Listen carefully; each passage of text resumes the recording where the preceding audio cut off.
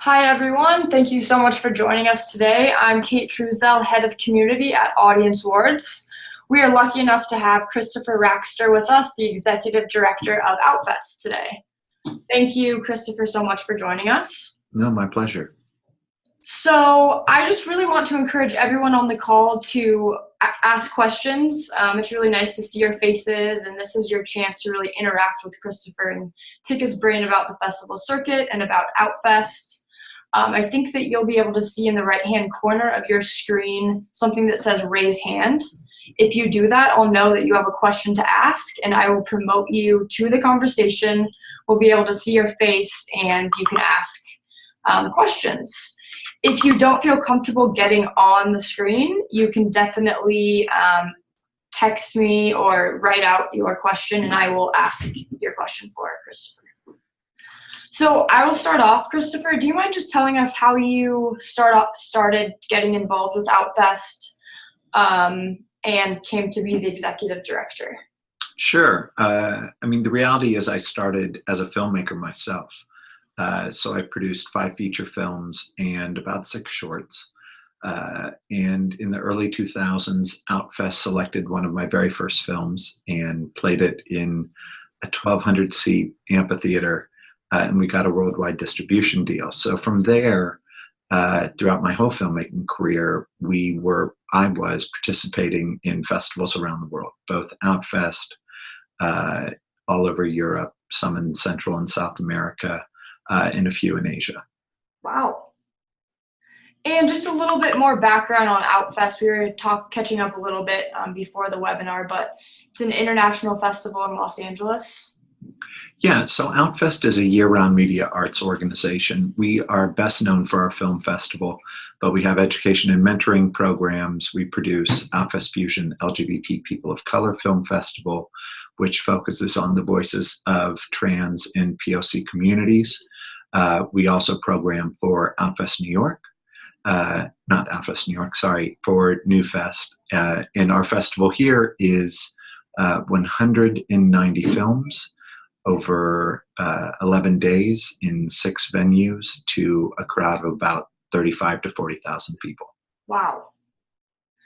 So I know that can be kind of intimidating for filmmakers. I know that at our film festival, we'll have filmmakers asking us, they just feel like they get kind of lost in everything. So the best ways to market themselves during the festival circuit. And there are filmmakers who have gone through it and they are professionals at it. Do you have any advice for filmmakers like that? Maybe they're just starting the circuit with a new film, the best way to network and interact with other filmmakers and potential partners on, helping them take their film to the next level? Yeah, I think it all starts even before you're on the festival circuit with really researching where you should put your film, where your film should debut, and the other film festivals that might be appropriate. There are quite literally thousands around the world, and you don't need to go to every one. So really taking a look at who and what the festival is on things like Film Freeway or Without a Box and doing your research is the best place to start. This really is going to tell you who else is likely to be there, who and what they support, and that really helps you understand where you're going to fit best, be seen, be likely to find other filmmakers that understand your content and might be potential partners. And once you're there, it's a combination of things. I think you need to make festival programmers your friend. They really are there to find and support emerging talent. So getting to know the film programmers is really important in terms of establishing a relationship to the festivals themselves, understanding how they work. And oftentimes programmers are overwhelmed and can't get you every time, but a polite email every now and again, asking a couple questions, asking if they have 5 minutes on site to just touch base and get to know them is important for your long-term film festival career. And then the rest of it really is how you are on site. You need to make sure that you're planning in advance to take advantage of as much of the festival as they have to offer. At something like Outfest Los Angeles, We have programs for our filmmakers that are filmmaker specific all throughout the festival, whether it's a breakfast panel series, whether it is a special reception. These are things you need to make time to be at. Not only because they connect you to people who can help and educate and network, but also that's that moment that your other filmmakers are in the room and you really get a chance to meet them.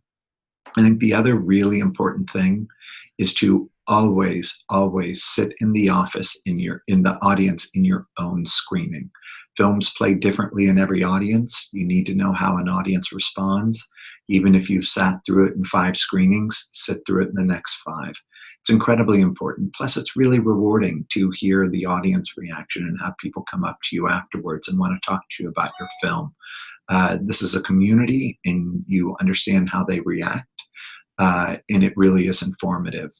And again, it is having the briefest possible pitch on what your film is, having a small statement about what you want to do next. And even if you are incredibly shy, as many people are, really forcing yourself to be present and to speak to as many people as possible. It's tough. Many of us are introverts, but pushing yourself through that really is vital to developing a network and meeting other people that can help you.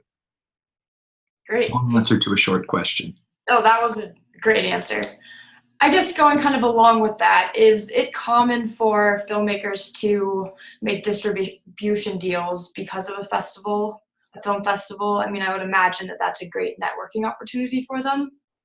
It is a great networking opportunity, and it is a great opportunity to potentially get distribution. The reality is distribution is a rare thing.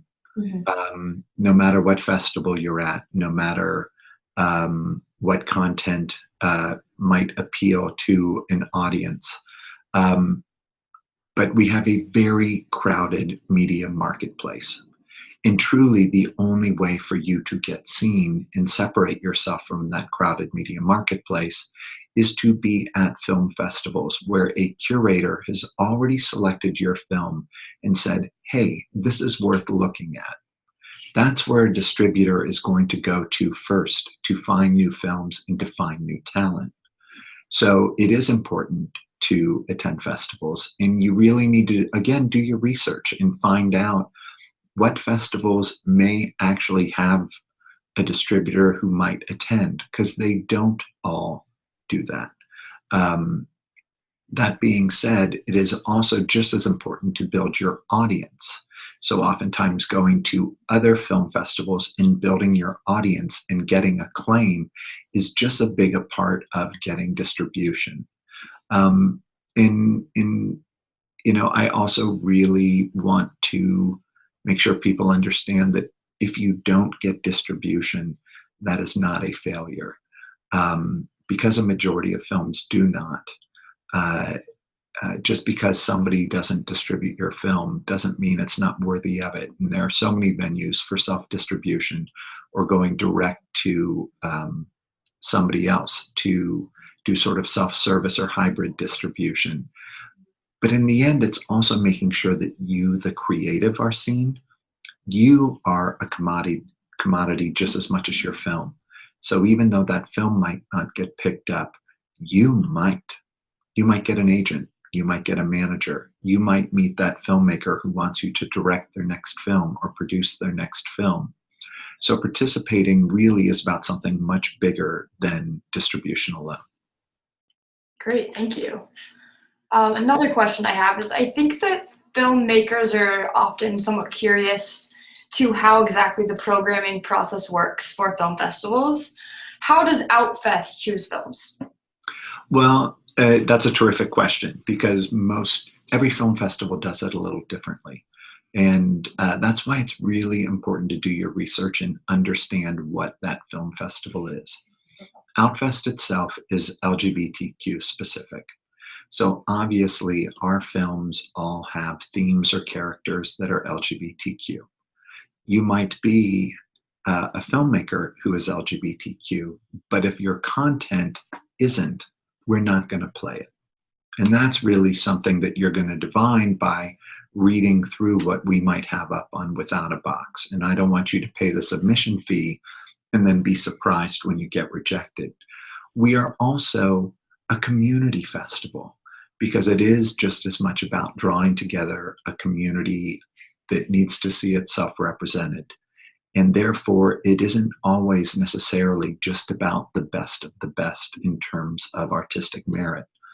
If there is only one film about a queer First Nations person, even if it is not stellar, not saying that those films about a queer First Nations person might not all be stellar, we're going to play it, because where else is that community going to see itself represented? Where else is that filmmaker going to get the lift they need to go on to make their next film and do it better? So Outfest really is looking at things from multiple layers.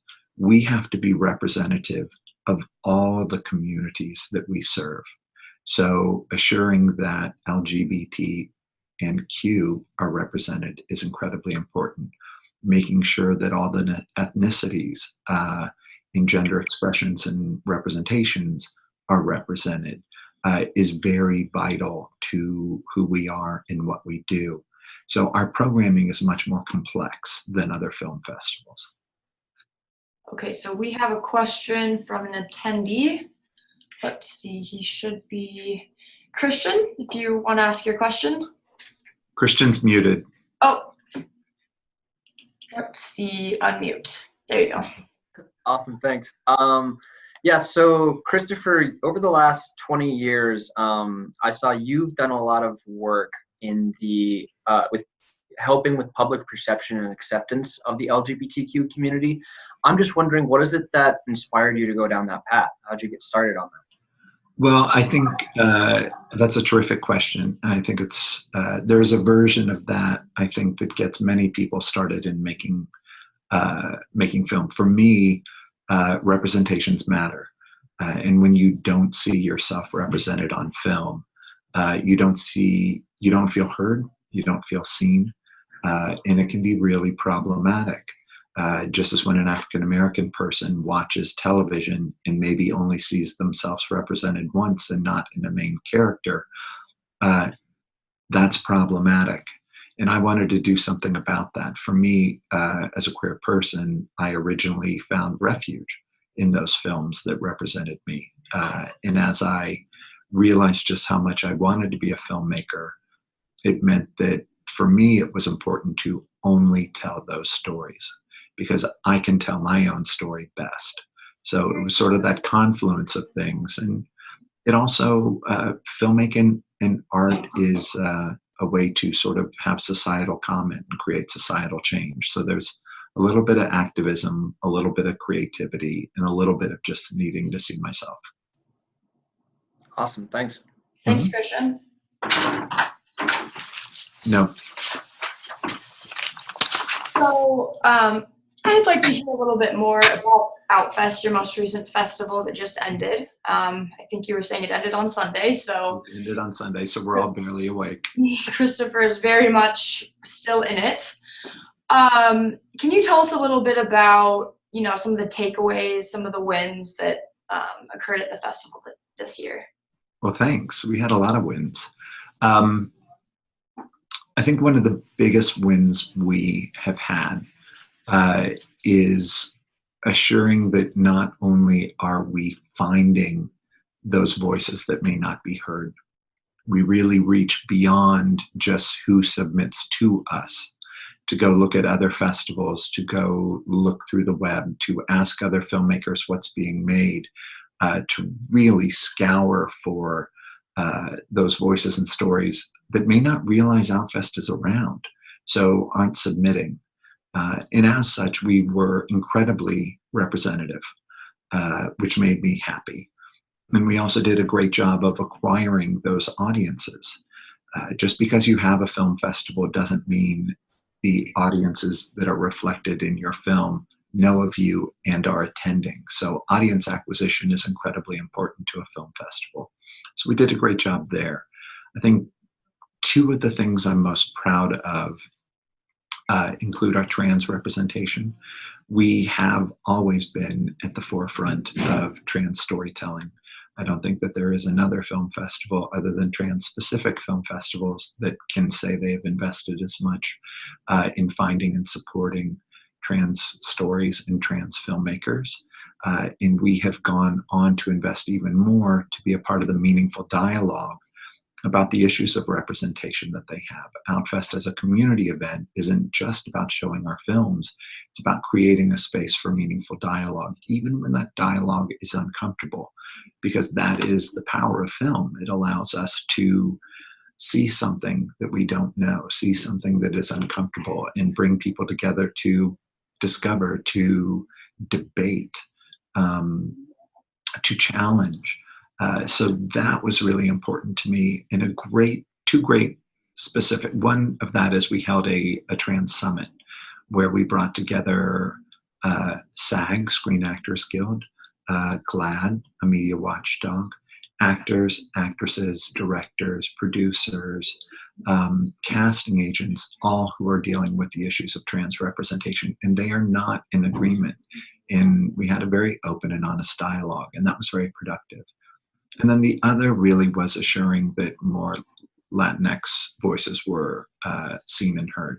Played a brilliant documentary, Chavela, and was about a rancheras singer who was idolized in Mexico and very masculine of center, and to bring together communities who may not be queer, but loved that music with a queer community who had her as an idol was really singular. And I think that's the power of the film festival. Wow. So we have a question that was typed in. Christopher, can you please speak about the screening fees, how they work in general, and what is Outfest policy towards screening fees? Thank you. So in general, our policy is, let me put it to you this way. Screening fees really are integral to supporting the festival itself. No matter how big a festival is, they actually are run on less money than you could ever imagine. And so much of our support is volunteer hours. So every penny we get is incredibly important. And that is the rationale behind screening fees for all film festivals. And they vary in size. And they're incredibly important. For example, we'll get a couple of thousand submissions that will all get watched 3 times. So those screening fees are going to cover the cost of all the programmers who will literally spend hundreds of hours viewing this. So while it may seem very difficult, it is a necessary part of the festival economics. But I also think it speaks to the business planning that all filmmakers need to be prepared to do, which is at the beginning of your idea and concept of budgeting for your film. You have to think forward to the cost of being on the festival circuit. And you also have to realize you don't have to go to every festival. That's why the research and the planning is so important, because you don't want to waste those funds. Most of us, I'm a filmmaker too, have sunk all our own money on top of any money that somebody else has given to us. So those additional fees are, they add up, and you don't want to reach into your pocket any more than you need to. So I wish they could all go away, but they're not going to. They are necessary, but it really needs to be part of your plan. And just because you want to go to somewhere in Oslo doesn't mean it's necessarily an important part of your festival plan to apply and get your film there, unless you have the money and the miles and you just want to go see Oslo. Mm-hmm. Those are tough decisions, but they're decisions we all have to make. I hope that answered your question. Hopefully she'll message me back if it doesn't, but I would imagine it did. What would you say sets festivals like Outfest aside from others? I would imagine it's all of the events that you offer throughout the year, as well as during the festival with your panels. What makes the festival truly special when you can tell they're really going above and beyond for their filmmakers? Sure. I think there's a lot of different answers to that question. Um, let's start with a regional fest. You may be from Montana. You may be from Chicago. Those hometown festivals are incredibly important to you personally and to your film. That's where your biggest audience is going to be. That's where you're going to be able to share it with your friends. Those have their own importance and are really significant. If you have made a film about women's issues, taking a look at things like Bentonville or other festivals that really support that, those are prime and important to you and make them very special because they are reaching the audience that most needs your film or most would be most affected by it. When you look at some of the larger scale festivals like ours, and ours is one of the biggest in the country, it is what are they drawing to the festival, and what does that geographic location give you? Sundance, for example, every distributor, agent, manager, producer, director of merit around the country, if not around the world, is coming to Sundance. They're delivering that to you as their audience. Every major film festival is coming to Sundance. They're delivering that. So even if you don't win a prize and don't get distribution out of Sundance, if you got in, again, you're exposed to agents, managers. Other film festivals know your film now and may be programming it and help it travel. That's why it's important. Something like Outfest, we're really singular in what we do because there is no other LGBTQ film festival that puts you in the heart of Hollywood. No one else can deliver Hollywood that is interested in queer content. So it does elevate us among other film festivals that specialize in our content. However, the other LGBTQ film festivals are incredibly important too. Frameline in San Francisco has got an amazing dedicated film base. They are the oldest LGBTQ film festival in the nation. So they are just as important, but for different reasons. And so when you're examining where you apply, you're making those choices about why you want to be where. I would say go to both Outfest and Frameline. But it really, again, you're looking at what you're after and what those festivals can give. So I just have one more question. If anyone else has a question, please feel free to raise your hand or buzz me, type a question to me. You kind of touched on this, but I know that with festivals I've been to, it can be overwhelming. There's so much going on and, of course, things are scheduled on top of each other. What would your suggestion be to a filmmaker? Just go to literally everything you possibly can? Or, would you suggest before attending the festival to kind of write out a schedule of where I'm going to be at what time? Just, some advice for a filmmaker, best possible way to take advantage of their time at the week-long festival or whatever. Sure. I think it starts even before you start with the schedule. If you are going to a festival, that is where you sell yourself. That is where you sell your project. If you don't have a really simple log line, if you don't have a statement about where you want to go next with your career, if you don't have a funny anecdote about your project, you are missing out on an opportunity to connect and communicate. So you should be prepared with all of those. If you are bringing other team members, they need to be prepared with all of those as well. You can't be the only spokesperson for your film, and you all want to be saying something similar.